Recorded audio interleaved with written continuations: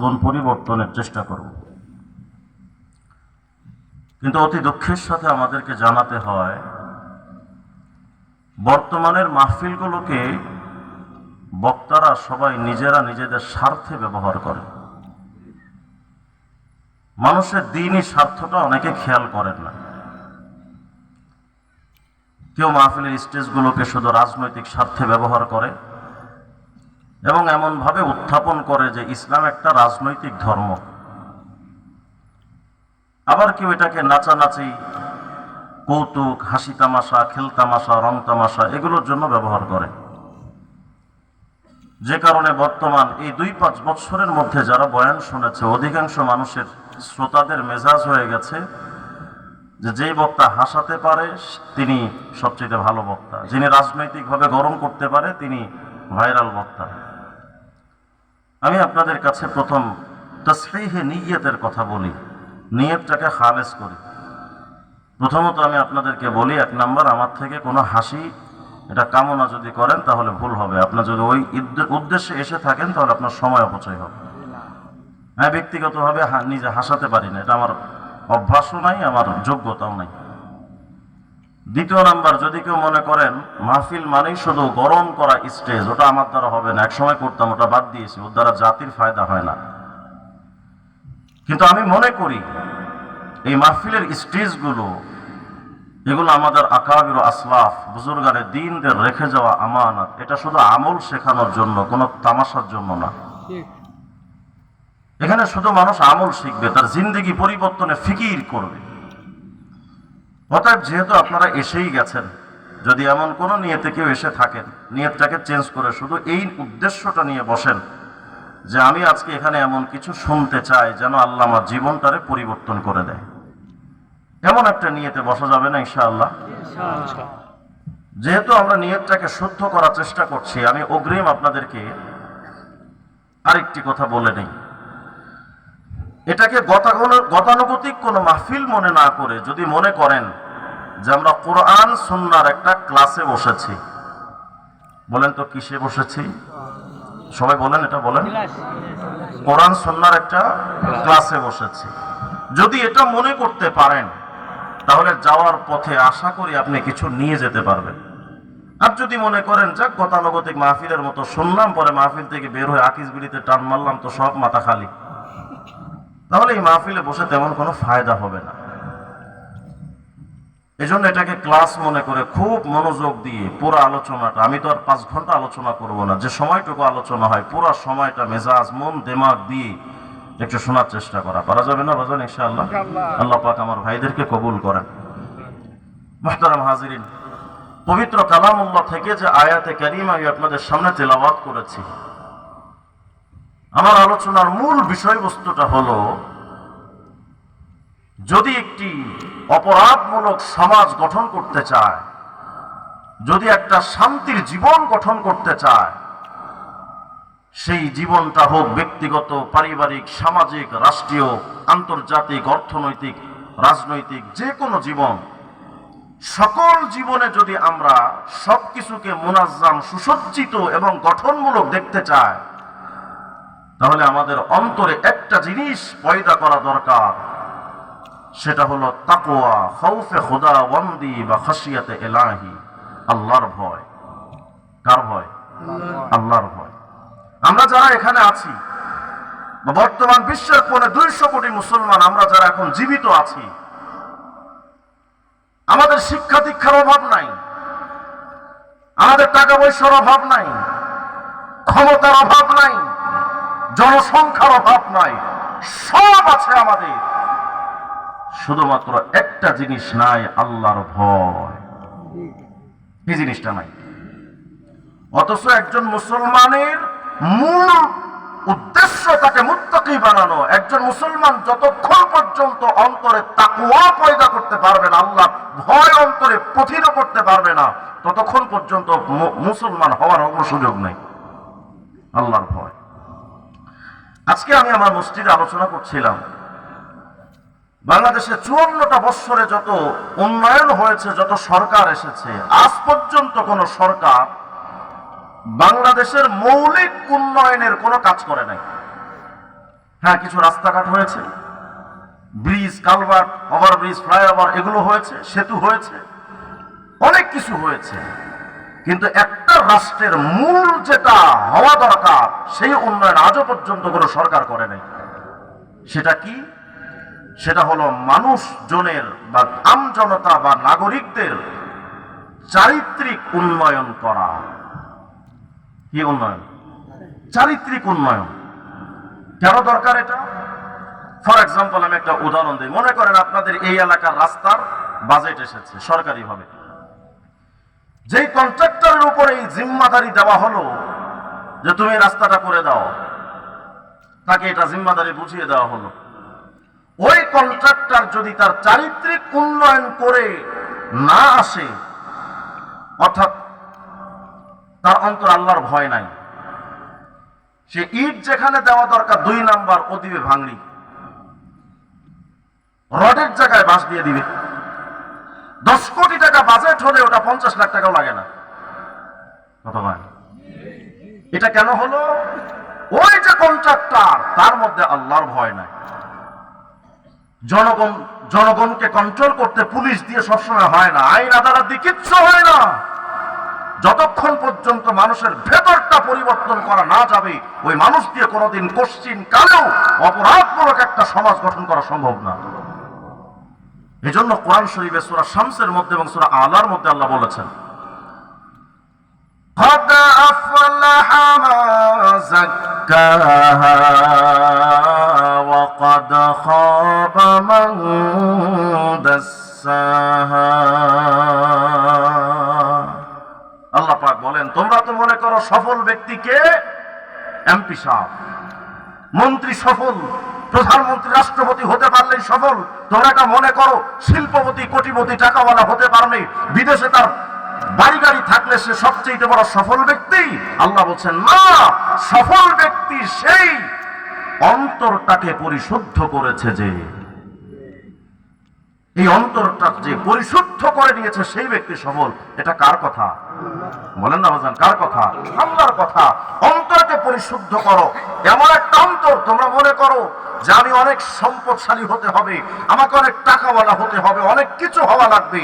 কিন্তু আল্লাহ পাক এর জবাব দিয়েছেন, শোনো, দুনিয়ার পেছনে যে দৌড়াচ্ছ, টাকা পয়সা গাড়ি বাড়ি পেছনে দৌড়াচ্ছ যে, এগুলো কিন্তু তোমাদের কিয়ামতে কিছুই কাজে আসবে না। আল্লাহ বলছেন, اليوم لا ينفع مال ولا بنون إلا من أتى الله بقلب سليم। অনেক সম্পত্তি উপার্জন করো, কিয়ামতে তোমার এই সম্পত্তি এক 4 পয়সার কাজে আসবে না। তোমার অনেক সন্তান, অনেক ভোটার, তোমার অনেক কিছু আছে, কিচ্ছু কাজে আসবে না।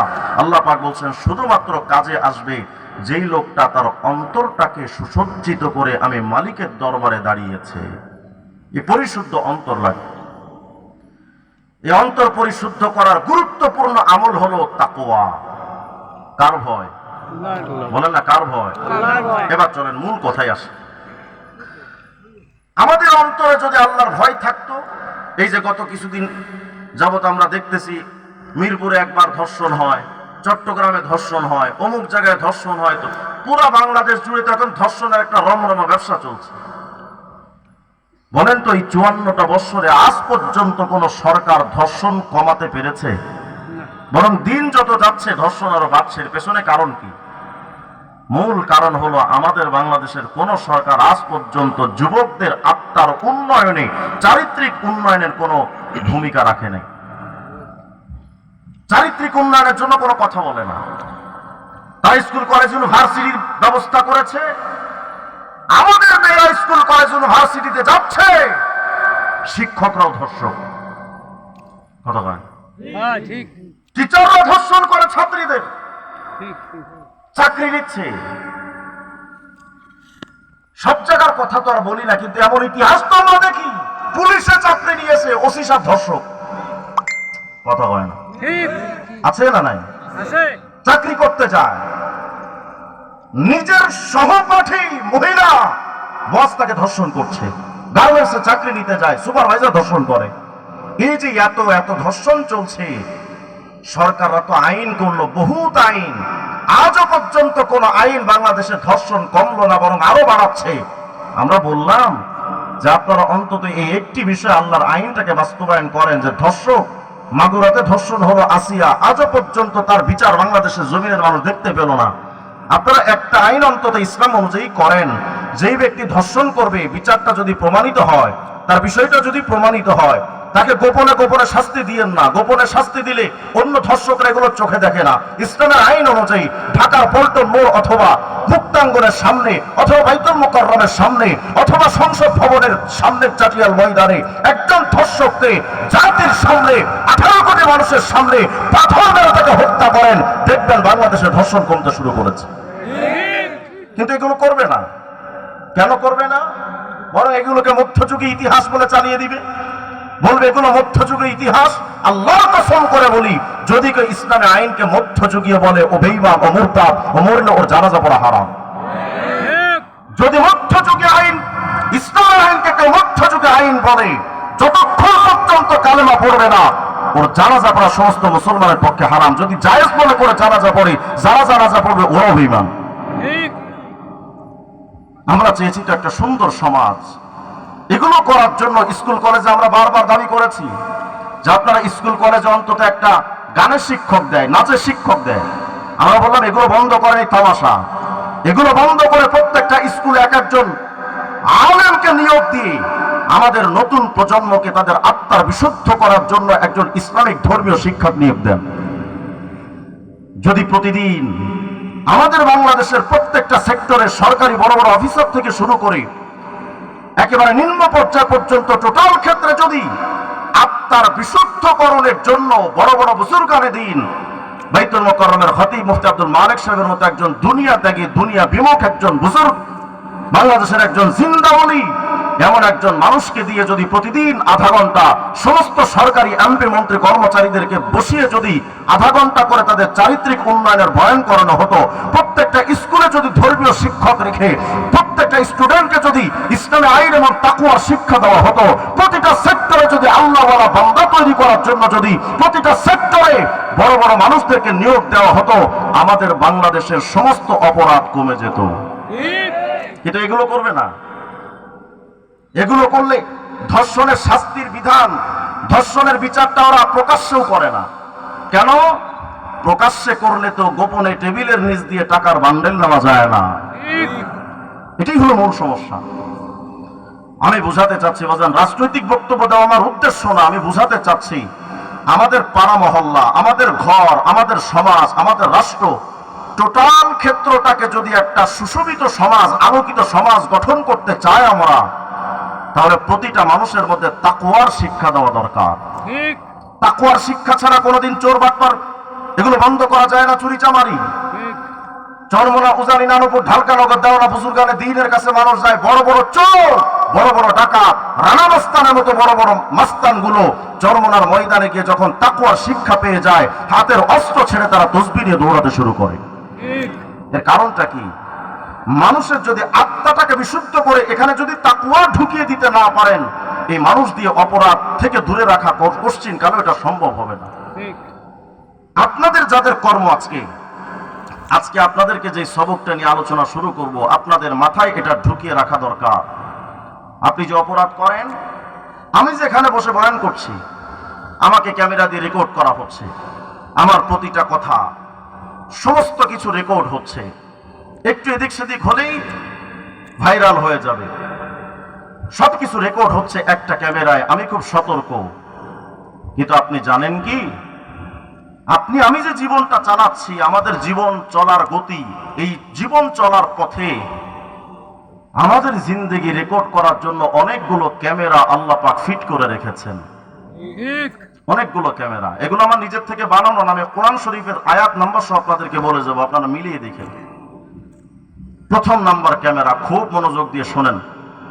আপনারা যে গোপনে মানুষের সাথে, প্রতিবেশীর সাথে ঝগড়া, গোপনে লবণ দিয়ে মানুষের চারা গাছগুলো নষ্ট করে দেন, মানুষের ক্ষেত খামারের মধ্যে অথবা মানুষের মাছ চাষের ক্ষেতের মধ্যে বিষ ঢেলে দিয়ে মানুষের মাছগুলো নষ্ট করে দেন, পকেট মেরে টাকা কামান, ঘুষের টাকা সুদের টাকা খুব গোপনে গোপনে নেন।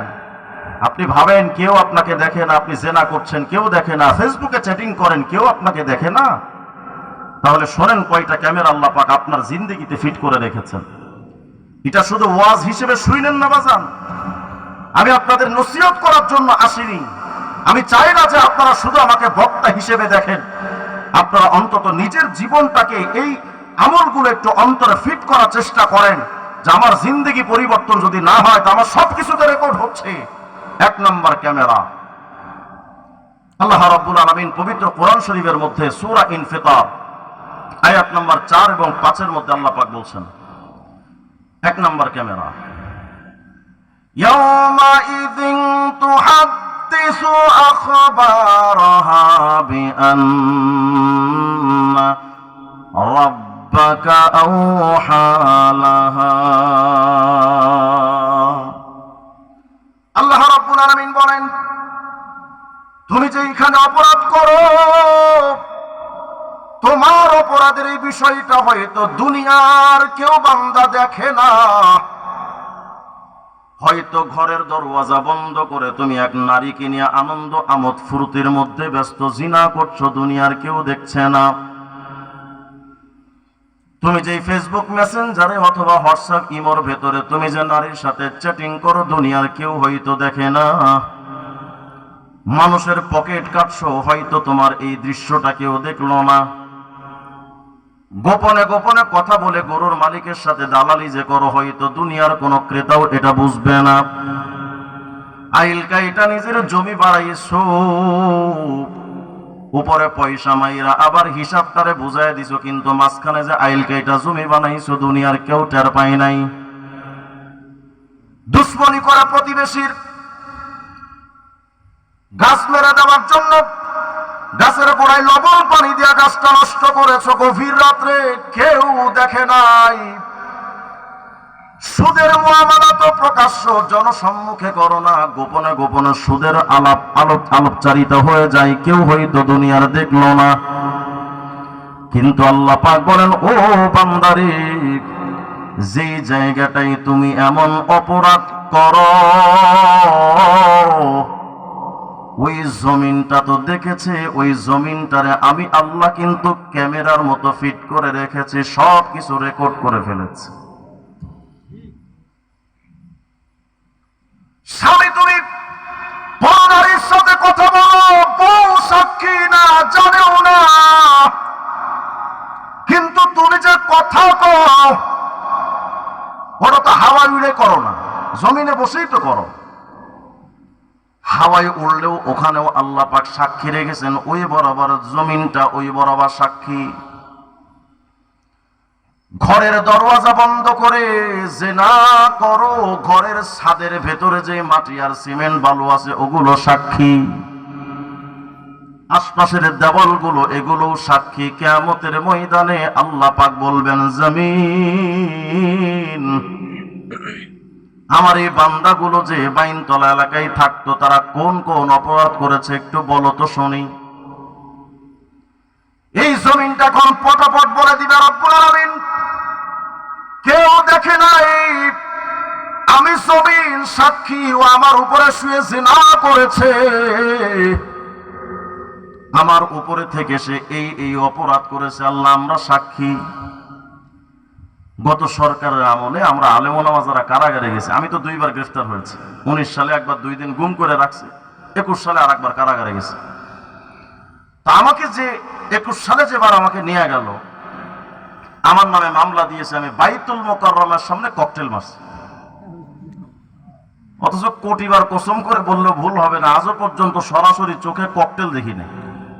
মামলা দিল ককটেল, তাও মারছি কোথায়? বাইতুল মোকাররমের সামনে। ভাবতে পারেন কত বড় ক্যাডার, সরকার স্বীকৃতি দিছে আমাদের, আমরা এত বড় ক্যাডার। তা আমাদেরকে যখন সিএমএম কোর্টে যখন উঠালো, আমাকে হাতে তো দড়ি দিয়া গরুর মতো টানতে টানতে নিয়ে গেছে। ওখান থেকে রিমান্ডে নিল 3 দিন, ওখান থেকে গেলাম কাশিমপুর কারাগার, ওখান থেকে নিয়ে গেল, ওখান থেকে রিমান্ড থেকে নিয়ে গেছে আমাদের কেরানীগঞ্জ কারাগারে, ওখান থেকে নিয়ে গেল কাশিমপুর হাই সিকিউরিটি চা। তো আমরা যখন যে জায়গাটায় উঠতাম, বিশেষ করে আমি ওই সময় অনুভব করতাম, আহারে এই লোকগুলো জালেমগুলো যদি জানতো যে এই জমিনের উপরে আমাকে অপরাধ করা ছাড়া মাজলুম হালতে আমাকে উঠিয়েছে মিথ্যা অপবাদ দিয়ে, এই জমিন যে এদের বিরুদ্ধে সাক্ষী দিবে, যদি এরা জানতো ইসিয়ানের কোর্টের মাটিতে একদিন এদের বিরুদ্ধে সাক্ষ্য দিবে, ওই কেরানীগঞ্জের কারাগারের মাটিতে সাক্ষী দিবে, ওই ডিবি কার্যালয়ের ডিবি অফিসের মাটিতে এদের বিরুদ্ধে সাক্ষ্য দিবে, হাই সিকিউরিটি চার কাশিমপুর সাক্ষী দিবে তাদের বিরুদ্ধে, যদি এরা জানতো। হয়তো আপনি আমি জমিনটা নিজের টাকা দিয়া কিনলাম, জমিনের মালিক আজকে আপনি আমি হয়ে গেলাম কাগজ কলমের ভিতরে, কিন্তু আল্লাহর কসম আপনি যদি এই জমি বিক্রি না কইরাও যদি মারা যান, আপনার মরার পরে এই জমির মালিকানা আপনার সাথে থাকে না, এই জমিনটাও পর হয়ে যায়। কথা বলেন ঠিক? এত কষ্ট করে মানুষের পকেট কাইটা টাকা কামায়া ঘর বানালেন 10 তলা, এই জমিনের প্রতিটা মাটি আপনার বিরুদ্ধে সাক্ষী হবে। কোন দিন কোন ক্ষেত্রে কোন সময় ওই জমিন তোমার অপরাধ নামা দেখেছে বন্ধু, সব সাক্ষী কিয়ামতে দিবে। তো অপরাধ করি কেমন একটু বলেন? কিয়ামতে আল্লাহ বলবেন জমিন কথা ক, আল্লাহ বলেন ইয়াউমা ইযিন তুহাদ্দিসু আখবারাহা, জমিন তার ভেতরে প্রথিত থাকা সব খবর জমিন পটাপট বলে দিবে। কেন? বিআন্না রাব্বাকা আওহা লাহা, কারণ আল্লাহ তাকে হুকুম করেছে। জমিনের মালিক কে? আল্লাহ। বলেন না কি? আল্লাহ। পরের জায়গা পরের জমি, ঘর বানায় আমি রয়ে, আমি তো এই ঘরের মালিক নই। কথা বলেন ঠিক? পরের জায়গা পরের জমিন, ঘর বানায় আমি রয়ে, আমি তো এই ঘরের মালিক নই। এই ঘরখানা যার জমিদারি,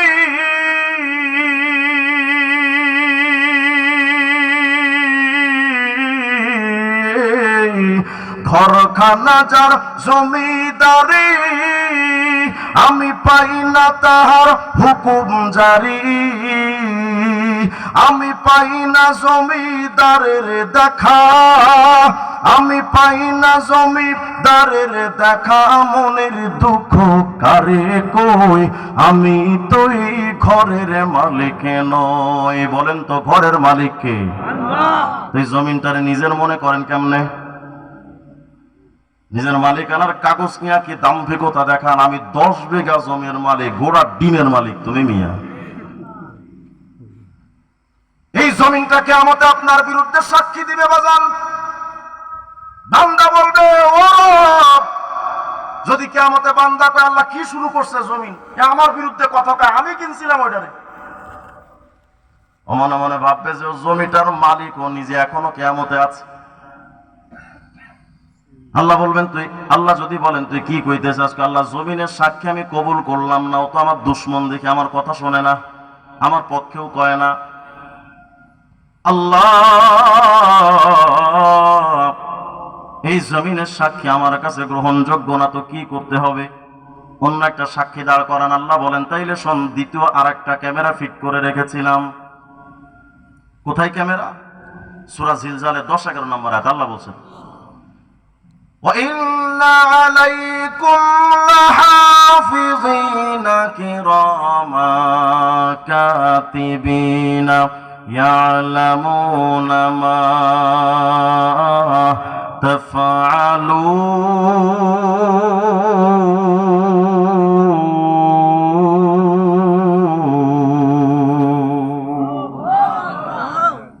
আল্লাহ বলবেন জানোস না আর একটা সাক্ষী ছিল আমার, কোথায় সেই সাক্ষী? এই যে কেরামান কাতিবিন দাঁড়াও।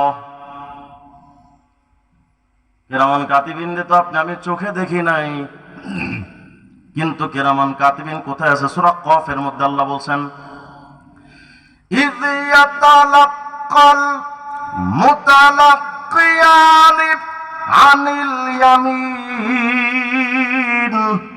ওয়া আনিশ শিমালি কাঈদ। আল্লাহ বলেন তোমার ডান পাশেও কেরামান কাতিবিন ফিরিস্তা আছে, বামেও আছে, বসে আছে। তুমি কখন কোথায় কোন দিকে কি করছো সব তারা জানে, লিপিবদ্ধ করছে। দুনিয়ার ডিবি পুলিশ রে অথবা সিআইডি রে টাকার ঘুষ দিয়া কালোরে সাদা, সাদারে কালো বানানো যায়? যায় না তো? কতটা তখন আমি কবর জিয়ারত করতে আসি, সাহস শব্দ দিতে হবে। ঘুষ দিয়া তাদেরকে পরিবর্তন করা যায়? বরঞ্চ আমাদের বাংলাদেশের অধিকাংশ বিচার হয় টাকার মাধ্যমে। টাকা নাই, বিচার নাই। কিন্তু অপরাধ যদি আপনি 1000টা করেন টাকা দিবেন, আপনার চাইতে নিষ্পাপ মাসুম বাচ্চা বাংলাদেশে না। আল্লাহ পাক বলেন শোনো কিরামান কাতিবিন। হযরত ইবনে জুরাইজ বলেন ইযা মাসার রাজুল, বান্দা যখন চলতে থাকে, ফাআহাদুহুমা আমামাহু ওয়াল আখারু খালফাহু, বান্দা যখন চলতে রয় একজন ফেরেশতা ডান সামনে থাকে আর একজন ফেরেশতা পেছনে থেকে সবকিছু রেকর্ড করে। ওয়া ইযা কাদা, বান্দা যখন বসে যায়, ফাআহাদুহুমা আন ইয়ামিনিহি ওয়াল আখারু আন শিমালিহি, বান্দা যখন বসে যায় একজন ফেরেশতা ডান পাশে আর একজন ফেরেশতা বাম পাশে। ওয়া ইযা রাকাদা, বান্দা যখন শুয়ে যায়, ফাআহাদুহুমা ইনদা রাসিহি ওয়াল আখারু ইনদা রিজলাইহি, বান্দা যখন আপনি আমি শুয়ে যায় একজন ফেরেশতা মাথার কাছে আর একজন ফেরেশতা পায়ের কাছে। এই ফেরেশতাদের কাজ কি জানেন? আল্লাহ পাক সূরা কফের মধ্যে বলেন মা ইয়ালফিযু মিন কওলিন ইল্লা লাদাইহি রাকীবুন আতীদ। এই জবান দিয়ে আপনি যা বলেন সব লিপিবদ্ধ হয়ে যায়। বিড়ি যে টানেন এটা তো লেখে না ফেরেশতারা, কত লেখে না? মুরব্বি বাজান, আমার তো বড় আফসোস লাগে, মুরব্বিদের দাড়ি সাদা হয়ে গেছে। আজও পর্যন্ত মুরব্বি তার জিন্দেগির পরিবর্তনের জন্য হাতে তসবির দানা তোলে নাই। আজও পর্যন্ত বিড়ি নিয়ে দোকানে বসে বসে বিড়ি টানে। ও ভালো না, ও খারাপ, ও বাটপার, ও চিটিংবাজ, ও চোর, ও ডাকাত, ও সন্ত্রাস, ও এটা ও সেটা, দুনিয়ার সব খারাপ। আর ওই মুরব্বী একমাত্র আব্দুল কাদের জিলানী, ওনার চাইতে বড় পীর এই বাংলাদেশে আর নাই। কি এর খান জাহান আলী, উনি সবচেয়ে বড় পীর। খবিজ জানি কনকা বার্ধক্যে এমন ভাবে আপনি উপনীত হয়েছেন, দুই পায়ের একটা পা আপনার কবরে চলে গেছে অলরেডি। আজও পর্যন্ত আপনার গীবত বন্ধ হলো না, আজও পর্যন্ত আপনার বিড়ি টানা বন্ধ হলো না, আজও পর্যন্ত হাতে আপনার তসবির দানা উঠলো না, আজও আপনি চরমোনা উজানি নানুপুর চেনেন না, আজও পর্যন্ত আপনি চিল্লাই যেতে পারেন না। আপনার চাইতে হতভাগার কেউ হতে পারে না। জিন্দেগি পরিবর্তন করেন। যদি বলেন হুজুর আমি তো কামলা খেটে খাই, আমার তো চরমোনায় যাওয়ার সুযোগ নেই, যায় না, দরকার নেই, চরমোনায় যাওয়া ফরজ না, তাবলীগে চিল্লা দেওয়াটা ফরজ না। কিন্তু আপনি যে ক্ষেতের মধ্যে কাজ করেন বাজান, মা বোনেরাও শোনেন, রান্না বাড়া যে আপনারা করেন, বহুত কাজ মা বোনদের, রান্না বাড়াটা যখন করেন আপনাদের হাত কাজ করে, জমির মধ্যে যখন কাজ করেন হাত কাজ করে, পা কাজ করে, মেধা কাজ করে, চোখ কাজ করে, হয়তো কানও কাজ করে, কিন্তু মুখটা দিয়ে তো কোনো কাজ নাই। কথা কান, মুখের কোনো কাজ আছে? তো বাস আপনি কাজও করেন, জিকিরও করেন, কাজও করেন, দুরূদও পড়েন। যদি আপনি কাজ করতে করতে বিড়ি টানতে পারেন, আপনি কাজ করতে করতে তো জিকিরও করতে পারতেন। সময় নেই আমার মুরব্বীদের, অনেক ব্যস্ত মানুষ ওনারা। এখন রাগ হচ্ছেন মনে হয় না? বাজার আমি আপনাদেরকে ধমক দিতে আসিনি, আমি আপনাদের সন্তান তুল্য অথবা আপনার সন্তানের সন্তান তুল্য আমি। কিন্তু আপনি একটু ভাবেন তো, আপনি কত বছরে হায়াত পেয়েছেন, যদি আপনার হায়াতে টাইম হয়ে যায় 60-70 বছর, আর কয় বছর বাঁচবেন আপনি? আমাদের সাথে আমরা যারা খেলাধুলা করেছি ছোট্টবেলা, আমি নিজে যাদের সাথে খেলেছি, 3-4 জন আমার সহপাঠী ছোট ছোট বন্ধু ছিল, যখন তারা আজকে কবরে শুয়ে আছে। আমি আমার নিজের একটা সন্তানকে কবরে রেখেছি। জিন্দগির পরিবর্তন আর কবে আসবে আপনাদের মাঝে? আপনি যা করেন সব লিপিবদ্ধ হয়ে যায়। এই জবান দিয়ে আপনি যা বলেন সব লিপিবদ্ধ হয়ে যায়। এটা তো কেরামান কাতিবিন রেকর্ড করছে একেবারে টোটাল। কেরামান কাতিবিনের যে চোখ, এটা ক্যামেরার চাইতে শক্তিশালী। ক্যামেরা লেন্স অনেক দূর পর্যন্ত গেলে ঘোলাটে হয়ে যায়, কিন্তু ফিরিস্তাদের চোখ ওটা ঘোলাটে হয় না, সবকিছু লিপিবদ্ধ। কিয়ামতের ময়দান আল্লাহ পাক বলবেন, এই কেরামান কাতিবিন কথা কও, আমার এই বান্দা দুনিয়াতে কোন কোন অপরাধ করেছিল? তোমরা তো সব লিখতা, তোমরা একটু বলো যে কোন কোন অপরাধ করেছে আমার বান্দা।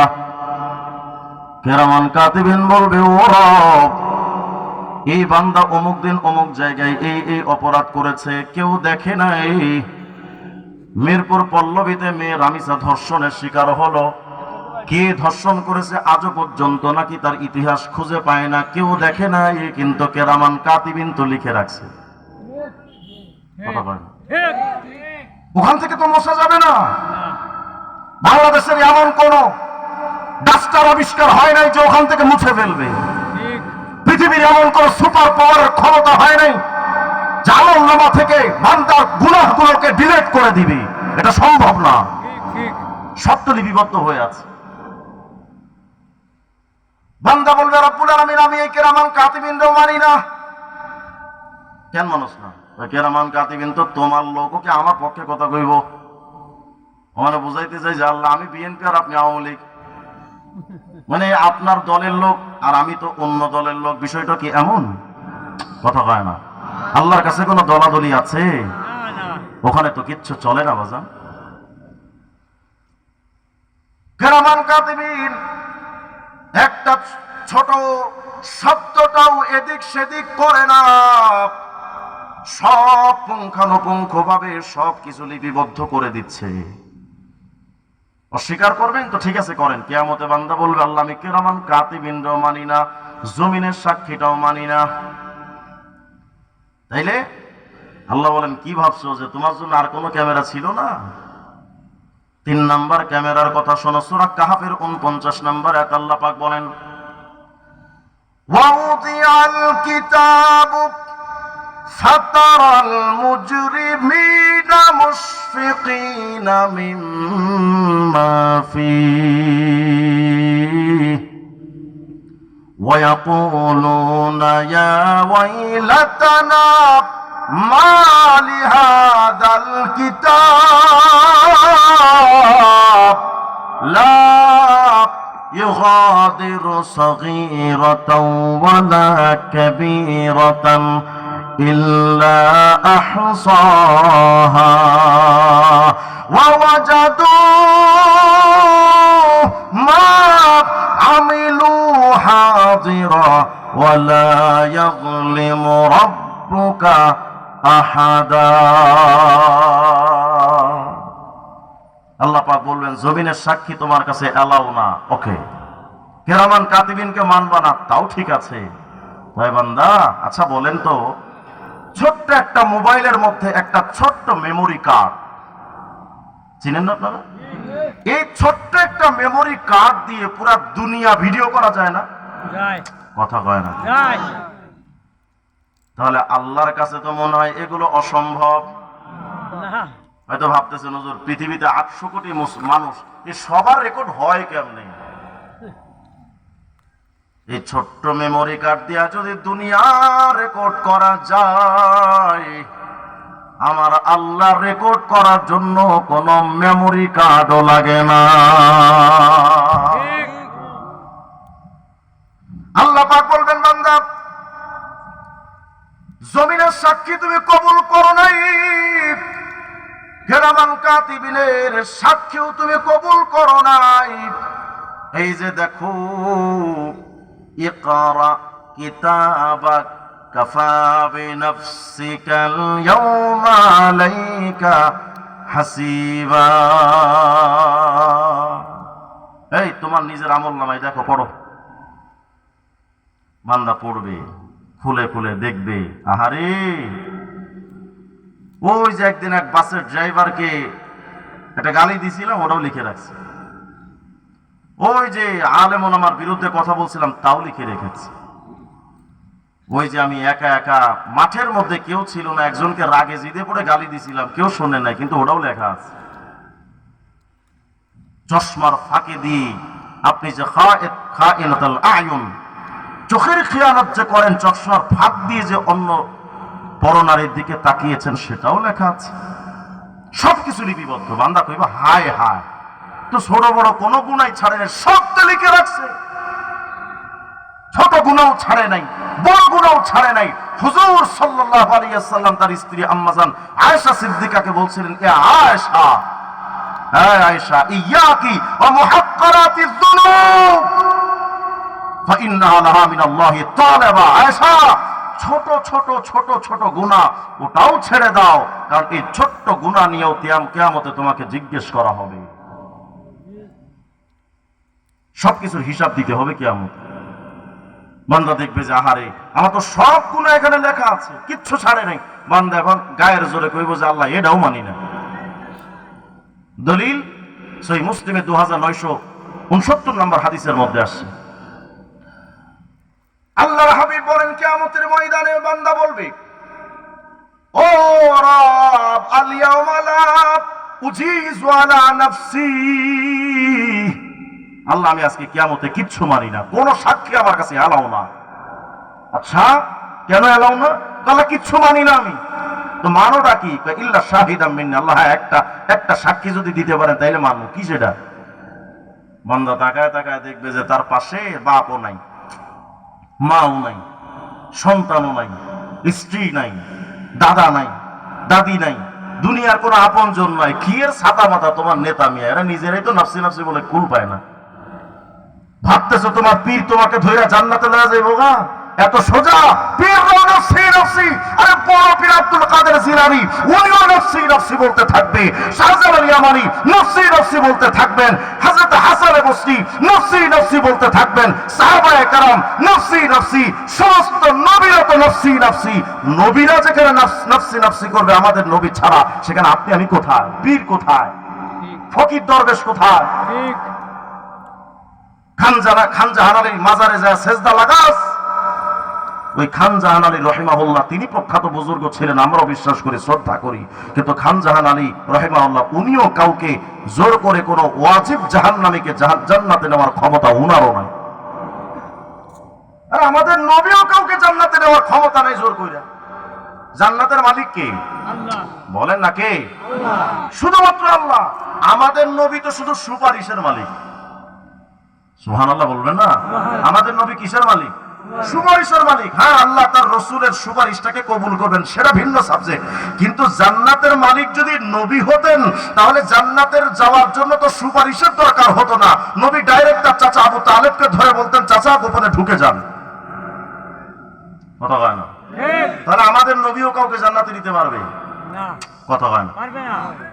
হ্যাঁ, সুপারিশ করার অধিকার নবীজির আছে, সেটা আল্লাহ পাক কবুল করবেন, সেটা ভিন্ন মাসআলা। একটা সন্তানকে আলেম বানাইছেন, এখন আপনি ভাবতেছেন আমি তো কনফার্ম জান্নাতি, এখন ভিডিও টানেন, সুদও খান।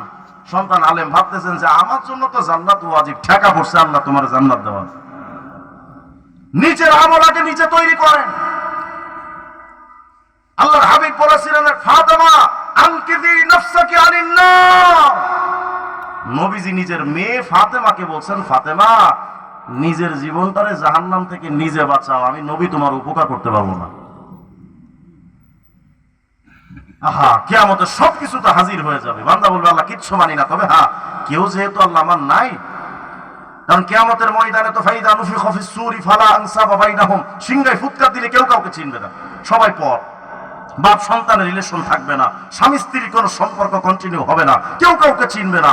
ওই কঠিন ময়দানে বান্দা দেখবে তার হাতটা তার সাথে আছে, তার পাটাও তার সাথে আছে, তার চোখটাও তার সাথে আছে, তার অল বডিটা তার সাথে আছে। বান্দা মনে মনে ভাববে আমার তো কেউ নাই, কিন্তু আমার হাতটা তো আমার আপন আছে, আমার পাটা তো আমার আপন আছে, আমার বডিটা তো আমার আপন আছে, এটা তো আমার ছাইরা যায় নাই। এই জন্য বান্দা কিয়ামতে বলবে, আল্লাহ আজকে কিচ্ছু মানি না, তবে ইল্লা শাহিদাম মিন্নি, শুধু আমার বডিতে, আমার শরীর থেকে যদি কোনো সাক্ষী বের করতে পারেন, আমি ওটাকে অস্বীকার করব না, আমি ওটাকে মেনে নিব। আল্লাহ বলবেন, জানদু ধরা খায় গেছে। কেন? কারণ এই শরীরের অঙ্গ প্রত্যঙ্গ, এটাও তো আমি আল্লাহর আরেকটা ক্যামেরা। আল্লাহ তুমি আগে কইবা না? আমি তো কইছিলাম। কইছিলাম সূরা ইয়াসিনের 65 নম্বর আয়াতে। তুই পড়স নাই? মনে মনে ভাবে পড়মু কখন? আকি জুরির পাছাটাই না কুলবাই নাই, আমি কোরআন পড়মু কখন?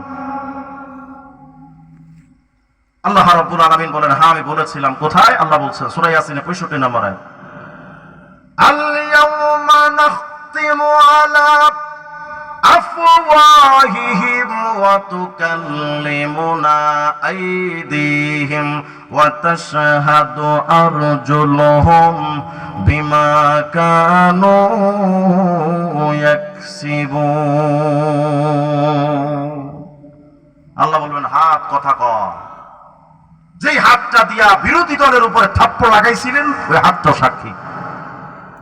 যে হাতটা দিয়ে অন্যায় ভাবে মানুষের নামে মিথ্যা মামলা লিখেছিলেন, ওটাও সাক্ষী। আশ্চর্য হয়ে যাবেন। একটা আশ্চর্যজনক কথা আপনাদেরকে শোনাই।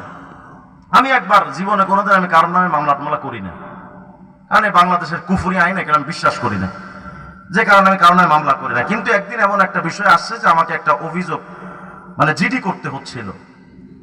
তা আমি গেলাম জিডি করার জন্য। এক কম্পিউটারের দোকান দেখায় দিল থানা থেকে, যে ওই দোকানে যান, ওখান থেকে একটা জিডি লিখে নিয়ে আসেন। আমি তো আর এই জিডি টিডি লিখতে পারি না। আমি গেলাম, যাওয়ার পরে হুজুর কি সমস্যা? আমি বললাম এই সমস্যা, লেখেন।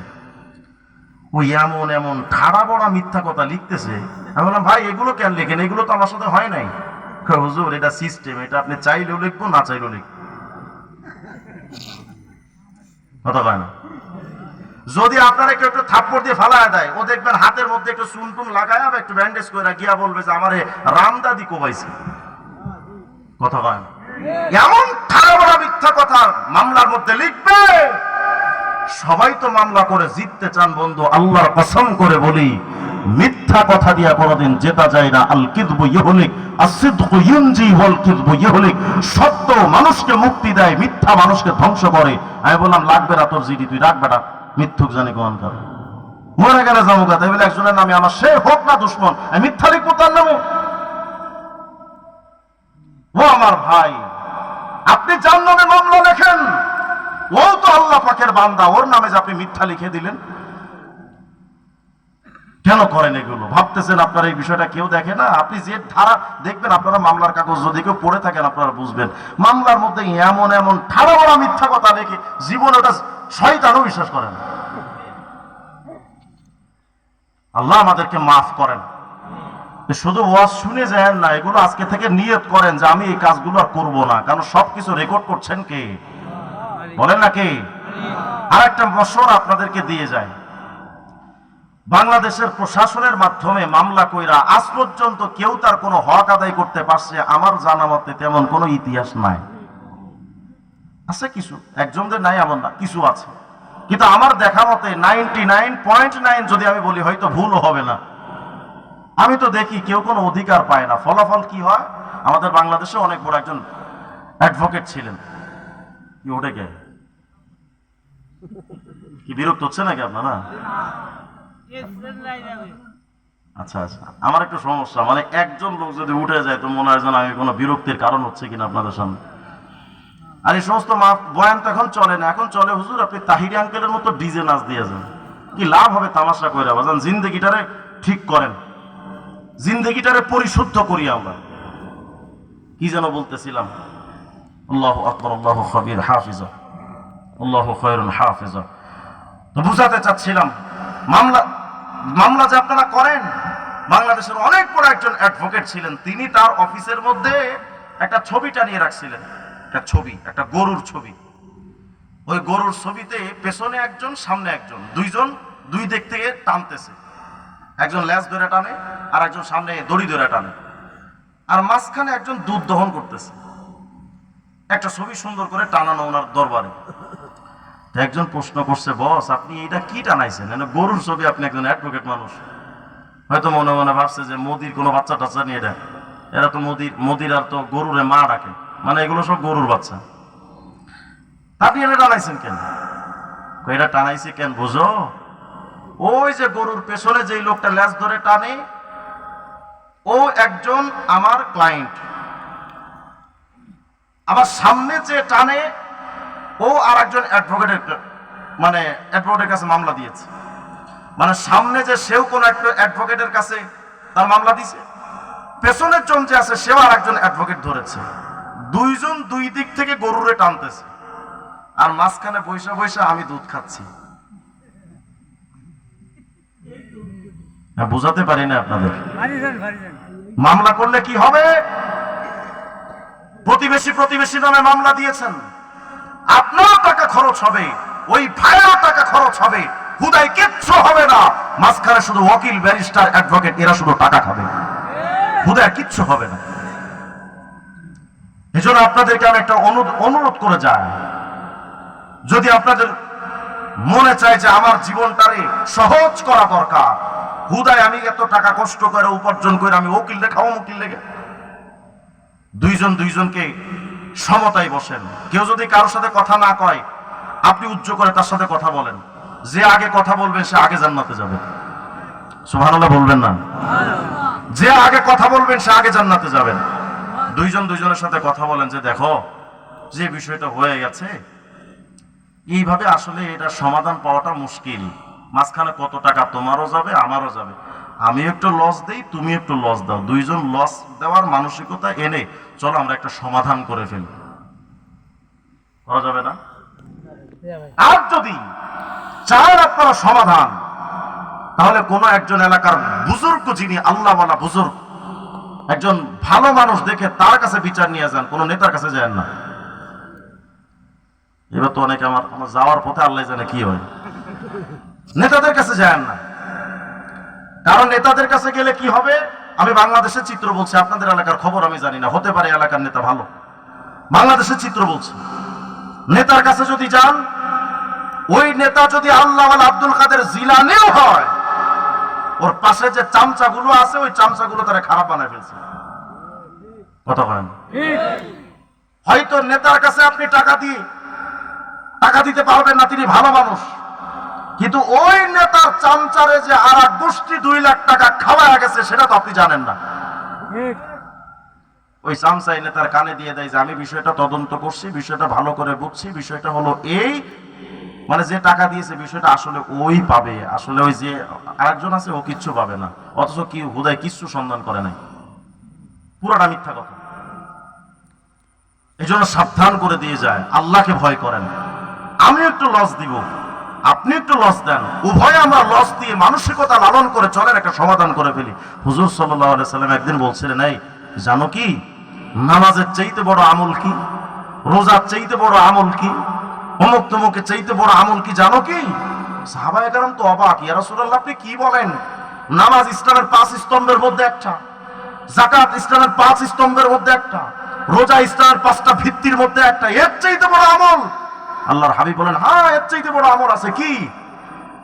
আন তুসলিহা বাইনান নাস, মানুষের মধ্যে সমাধান করে দাও। এটা নামাজ রোজার চাইতে বড় আমল। কিন্তু আমরা কি করি? কি এর সমাধান, আরো ক্লিকবাজিতে আমরা বড্ড অভিজ্ঞ। কথা হয় না? আল্লাহ আমাদেরকে হেফাজত করেন। এই যে কাজগুলো আমরা করছি না, যে হাত দিয়ে করেন, চোখ দিয়ে করেন, মাথা দিয়ে করেন, বুদ্ধি দিয়ে করেন, মুখ দিয়ে করেন, বডি দিয়ে করেন, আল্লাহ বলেন কিয়ামতের ময়দানে এই সব কিছু তোমার বিরুদ্ধে সাক্ষ্য দিবে। আচ্ছা বাজার, এখন একটু কল্পনা করেন তো, যেখানে জমিন সাক্ষী, কেরামান কাতিবিন সাক্ষী, আমল নামা রেডি, অঙ্গ প্রত্যঙ্গ সাক্ষী, ফাআইনা তাযহাবুন, যাবেন কোথায়? ফাআইনা তাযহাবুন, কোথায় যাবেন? অতএব সবাই সমস্ত অন্যায়ের পথ থেকে ফিরে এসে চলেন আমরা একদিকে যাই, আল্লাহর দিকে। কি হবে? একটা ছোট্ট হাদিস বলে শেষ করে দিব। আল জামিউ সগীর লিসুয়ুতির মধ্যে হাদিসটা আসছে। এই যে 4টা সাক্ষী হয়ে গেল, এই 4টা সাক্ষীকে ডিলিট করার একটা আমল আছে। সুবহানাল্লাহ বলে না? এই যে 60-70 বছর গুনাহ করছেন না, এই সমস্ত গুনাহগুলোকে এক মুহূর্তে ধ্বংস করে দেওয়া যায়, 1 সেকেন্ডের আমলে, 1 মিনিটের আমলে। কি সেটা? আল্লাহর হাবিব বলছেন, ইদা তাবাল আবদু আনসাল্লাহু হাফাজাতাহু যুনুবাহু ওয়া আনসা যালিকা জাওয়ারিহাহু ওয়া মাআলিমাহু মিনাল আরদ হাত্তা ইয়ালকাল্লাহা ওয়া লাইসা আলাইহি শাহিদুম মিনাল্লাহি বিদাম। মায়ার নবী আমার বলেন, এরে মুরব্বী,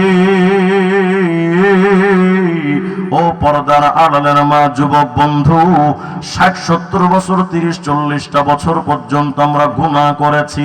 আমাদের গুনাহের কারণে হয়তো পাহাড় সমপরিমাণ আমাদের গুনাহটা পৌঁছে যাবে। আমাদের আমলনামা গুনাহ দিয়ে ভর্তি হয়ে গেছে, এত প্রচুর পরিমাণ গুনাহ আমাদের জিন্দেগিতে হয়ে গেছে। মায়ার নবী আমার বলেন, আল্লাহর কোন বান্দা যদি নিজের জীবনের সমস্ত গুনাহের কথা মনে করে নিজেকে আল্লাহর সামনে যদি সপর্দ করে দিয়ে বুঝাতে চায়, আল্লাহ গো, আমার চাইতে নিকৃষ্ট মানুষে আসমান আর জমিনের মধ্যবর্তী স্থানে আমার চাইতে বড় পাপী কোনো বান্দা নাই, আমি এতটা জঘন্য, আমার অপরাধের কথা দুনিয়ার কেউ জানলে আমার কেউ সালামও দিত না। আমার অপরাধের কথাগুলো যদি মানুষে জানতো, আমার দিকে কেউ ফিরেও তাকাতো না।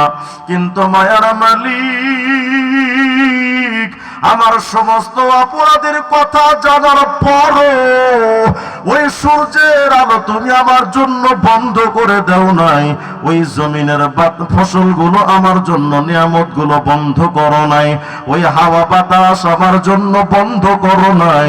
এমন বড় পাপী জানার পর আমার আজও পর্যন্ত দুনিয়াতে বাঁচার মতো সুযোগ করে দিলে, আল্লাহ,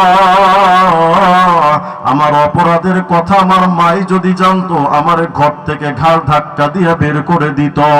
আমার বাবাই যদি আমার গুনার কথা জানতো, আমার বাবা আমার তাড়ায়া দিত, আপনজন বলে আমার কেউ থাকতো না। কিন্তু মালিক, তুমি এত মায়া করো, বাবার চাইতেও তুমি বেশি ভালোবাসো আমারে, মায়ের চাইতেও বেশি মায়া করো তুমি আমারে। আমি তোমার সামনে আজকে হাজির,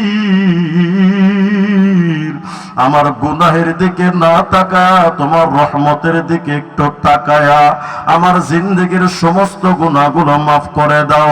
মায়ার নবী আমার বলেন, এমন নিয়ত নিয়ে এমন কথা বলে যদি কোনো বান্দা আল্লাহর কাছে তওবা করতে পারে, আল্লাহ পাক সাথে সাথে বলে দেন, জমিন রে, আমার এই বান্দার যত গুনাহ রেকর্ড করেছিল সবগুলো ডিলিট করে দাও। এই কেরামান কাতিবিন তোদের জেহেন থেকেও আমি আল্লাহ সরাইয়া দিলাম। আমার এই বান্দার এই গুনাহের কথা তোদের আর মনে স্মৃতিতেই আমি রাখলাম না, একেবারে ওয়াল ডিলিট করে দিলাম। আল্লাহ বলেন, আমি আল্লাহ, বান্দা তওবা করলে আমি আল্লাহ নিজের জিম্মাদারিতে আমল নামা থেকে আমার বান্দার গুনাহগুলো আমি কাইটা দেই। গুনাহগুলো আমল নামাতে থাকেও না, অঙ্গ প্রত্যঙ্গকেও আমি আল্লাহ ভুলায়া দেই। আল্লাহর হাবিব বলেন, বান্দা যদি শুধু একটা বার তওবা করে নে, মায়ার নবী বলেন, ওই বান্দা কিয়ামতে আল্লাহর দরবারে এমন ভাবে উঠবে যেন ওই বান্দা জিন্দেগিতে কোনো গুনাহ করে না। মোল্লা আলী কারি রহমতুল্লাহ আলাইহি একটা ছোট্ট ঘটনা লিখেছেন তার কিতাবের ভেতরে। আনোয়ারুল কোরআন ওয়া আসরারুল ফুরকানের মধ্যে এই ঘটনাটা লিখেছেন। কিয়ামতের ময়দানে এক বান্দা এক জায়গায় দাঁড়িয়ে থাকবে, তারা আমল নামায় গুনাহ ছাড়া আর কিচ্ছু নাই, পুরা জিন্দেগিতে শুধু একটা মাত্র নেকি আছে, আর কিচ্ছু নাই। ওই বান্দা একটা জায়গায় দাঁড়ায়, নিথর বডি নিয়ে দাঁড়ায়, আল্লাহ বলেন, এই বান্দা কেন দাঁড়া রইছো? বান্দা বলবে, রব্বুল আলামিন, আমার তো কিচ্ছু নাই, এই যে শুধু একটা নেকি ছাড়া আমার আর কিছুই নাই, আমার জিন্দেগিটা গুনাহ দিয়া ভরপুর। আমার এই গুনাহ দিয়া তো জাহান্নাম ছাড়া আমি আর সামনে কিছুই দেখি নাই, একটা নেকি নিয়া কি করবো আমি? বান্দা যখন আল্লাহর সাথে কথা বলবে, আল্লাহর হাবিব বলেন, হাদিসের মধ্যে আসছে, ওই সময় বান্দার চোখের থেকে একটা চোখের পাপড়ি, একটা পশম, এই যে চোখের উপরে যে পশমগুলো, একটা পশম চোখের থেকে আলাদা হইয়া ওই পশমটা আল্লাহ আর বান্দার মাঝখানে এভাবে উড়তে থাকবে। সুবহানাল্লাহ বলেন না? এভাবে উড়তে থাকবে। আর এই চোখের পাপড়ি বলবে, রব, এই বান্দার পক্ষে কথা বলার মতো আজকে দুনিয়ার কেউ নাই, কিন্তু রব, এই বান্দার ব্যাপারে আমি জীবনে একটা আমল দেখেছি, ওই আমল সম্পর্কে আমি তোমার কাছে সাক্ষ্য দিতে চাই। কি সাক্ষ্য দিতে চাও বলো? তাকাল্লামি ইয়া শারাতা জাফনি আইনি আব্দি ওয়াহতাজি আলা আব্দি, বলো কি বলতে চাও? ওই চোখের পাপড়ি বলবে, রব্বুল আলামিন, এই বান্দা পুরা জিন্দেগিতে শুধু গুনাহ করেছে, গুনাহ ছাড়া আর কিচ্ছু নাই, কিন্তু আল্লাহ আমি একদিন দেখেছি ওই যে বাইনতলা তৌফিক যুব সমাজের লোকেরা যে মাহফিলের আয়োজন করছিল, এই বান্দারে দেখেছিলাম মাহফিলে বসে বসে চোখের থেকে একটা ফোঁটা পানি ঝরিয়েছিল, শুধু এই কারণে যে গুনাহগুলো নিয়ে তো তোমার সামনে হাজিরা দেওয়া লাগবে, কেমনে মুখ দেখাবো? আমার গুনাহগুলো মালিকের দরবারে নিয়ে আমি জান্নাতে যাওয়ার পথটা কিভাবে পৌঁছিরাত পাড়ি দিব? গুনাহের কথা চিন্তা কইরা এই বান্দা চোখের থেকে এক ফোঁটা পানি ঝরাইছে। আয় আল্লাহ, ওই চোখের ফোঁটার পানি দুনিয়ার কেউ দেখে নাই, কিন্তু আমি জানি, কারণ এই বান্দার চোখের সাথে আমি তো সংশ্লিষ্ট ছিলাম, আমি জানি। আল্লাহ বলবেন, ফেরেশতারা, আমার এই বান্দা জীবনে এক ফোঁটা চোখের পানি ঝরাইলো, ওই এক ফোঁটা চোখের পানির ওসিলায় আমি আল্লাহ বান্দার জিন্দেগির গুনাহ মাফ করে দিলাম, তার জান্নাতে ঢুকায়া দাও। আমার ক্ষুদ্র হৃদয়ের মিনতি, তোমার করুণা রহমতের দ্বারে আমাকে ফিরিয়ে দিও না হে রহমান, আমি যে অসহায় ধরো না পারো পারে। আমার ক্ষুদ্র হৃদয়ের মিনতি, তোমার করুণা রহমতের দ্বারে আমাকে ফিরিয়ে দিও না হে রহমান, আমি যে অসহায় ধরো না পারো পারে। আমার জীবনে দিও না কোনো বিপদ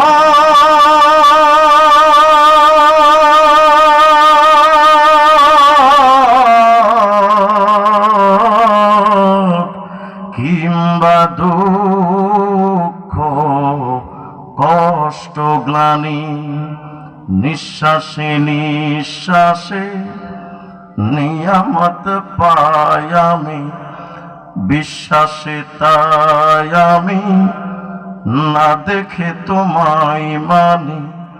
সে মানা সামান্য, কত ত্রুটিপূর্ণ তোমার মিজানে মেপনায় আমায় প্রভু।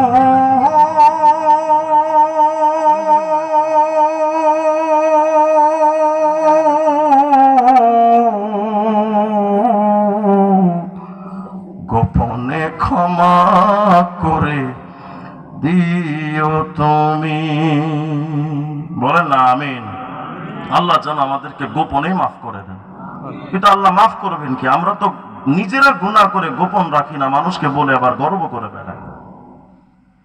ভাইরা, আজকে আমার আলোচনার মূল সারাংশ হলো দুইটা। এক নাম্বার, গুনাহ যখন করবেন অন্তত ভাববেন 4টা সাক্ষী রেডি, 4টা ক্যামেরা ফিট করা আছে আমার, অন্তত 4টা, আরো বেশি আছে, শুধু আজকে 4টার কথা বলেছে। দ্বিতীয় নাম্বার, গুনাহ যদি হয়ে যায়, আমাদের হুজুর সাল্লাল্লাহু আলাইহি সাল্লাম বলেছেন, উম্মত আমি তো প্রতিদিন 100 বার ইস্তেগফার করি। নবী যেখানে প্রতিদিন 100 বার ইস্তেগফার করেন, আমাদের কত হাজার বার করা দরকার। কিন্তু আফসোস, কাশ আমার এখানে এমনও মানুষ পাওয়া যাবে হয়তো গত 1 বছরে সে একটা দিন আল্লাহর কাছে ক্ষমা চাওয়ার মতো তার সুযোগ হয় না। এজন্য আজকে থেকে নিয়ত করেন, গুনাহ করব না, হয়ে গেলে তওবা করতে দেরি করব না। করা যাবে না ইনশাআল্লাহ? বাজান যাবে তো ইনশাআল্লাহ? নামাজটা আজ ছাইড়েন, আল্লাহ কেউ আসতে নামাজ ছাইড়েন না, জামাত ছাইড়েন না, 5 ওয়াক্ত নামাজ জামাতের সাথে পড়েন। আর এই দাড়িটা কাইটেন না। দাড়ি এক মুষ্টি থেকে যদি 1 চুল পরিমাণ ছোট হয়, 24 ঘন্টা জিনা করলে যেমন গুনাহ তেমন গুনাহ হতে থাকে। সাবধান, দাড়ি কাইটেন না, সুদ খায়েন না, ঘুষ খায়েন না, বউরে বেপরদায় ছাইড়েন না। নিজের জীবনটারে পুরা ইসলামের গণ্ডির মধ্যে আনার চেষ্টা করব ইনশাআল্লাহ। আল্লাহ তাআলা আমাদের সবাইকে যেন কবুল করেন। এই মাহফিলের আয়োজন যে যুবকরা করেছেন আত-তাওফিক এই সংগঠনের, এই যুবকদের আয়োজনটা কি ভালো হলো না খারাপ হলো? যদি ভালো হয় এদেরকে আপনারা আরো সাপোর্ট দিবেন। আগামীবারে মাহফিল করার জন্য আরো বেশি ভালো বক্তা, আলোচক, আল্লাহওয়ালা বুজুর্গ যেন আনতে পারেন, তাদেরকে উৎসাহ দিবেন। আপনাদের একটা হাবাসাত এবং খারাপ সভ্যতা হলো, যিনি ভাইরাল বেশি আপনারা দৌড় দেন এদিকে, না তামাশা করার সুযোগ নেই, দরকার নেই। খুলনার আমাদের নুরুল আমিন সাহেব হুজুর আছেন না, একজন জিন্দা ওলি, বাংলাদেশের জিন্দা ওলি। নুরুল আমিন সাহেব হুজুরকে নিয়ে আসেন। চরমনার উজানির আব্দুল আউয়াল সাহেব হুজুর আছেন, আব্দুল মাহবুদ সাহেব হুজুর আছেন, ওনাদেরকে নিয়ে আসেন। বুজুর্গানে দিন যারা আছেন তাদেরকে নিয়ে আসেন। নিজের জীবন তার পরিবর্তনের জন্য চেষ্টা করেন। এই যুবকদের জন্য দোয়া করেন। বিশেষ করে রিজওয়ান অনেক কষ্ট করছে। আমার দাওয়াত দেওয়ার পর থেকে তো মানে ফোন দিতে দিতে পাগল হয়ে যায়। আমি আসলে এত ফোন ধরারও সুযোগ পাই না। এমনও সময় গেছে যে 30-40 বার ফোন দিছে এই পর্যন্ত, কমপক্ষে হয়তো কথা বলেছে 2-3 বার। অনেক কষ্ট করছে বেচারা। সকাল থেকে আজকে আমারে বলতেছিল যে 3 দিন পর্যন্ত খাওয়া ঘুমের সময় পাচ্ছি না, এত ব্যস্ততা, এত পেরেশানি, অনেক হয়রানি। আল্লাহ তাআলা তাদের এই মাহফিলটাকে নাজাতের ওসিলা বানান। যদি একজন মানুষ আজকে থেকে নিয়ত করেন যে আমি গুনাহ করব না, হয়ে গেলে তওবা করব, একজন মানুষ যদি প্রস্তুত হয়ে যান বাজান, এটাই আমাদের নাজাতের ওসিলা হয়ে যাবে ইনশাআল্লাহ। যারা টাকা পয়সা, বুদ্ধি, পরামর্শ, শ্রম দিয়ে সাহায্য করেছেন, আল্লাহ পাক সবাইকে ভরপুর কবুল করেন। এই যুবকদের জন্য দোয়া করবেন, আল্লাহ পাক তাদের হিম্মতটাকে আরো বাড়ায় দেন।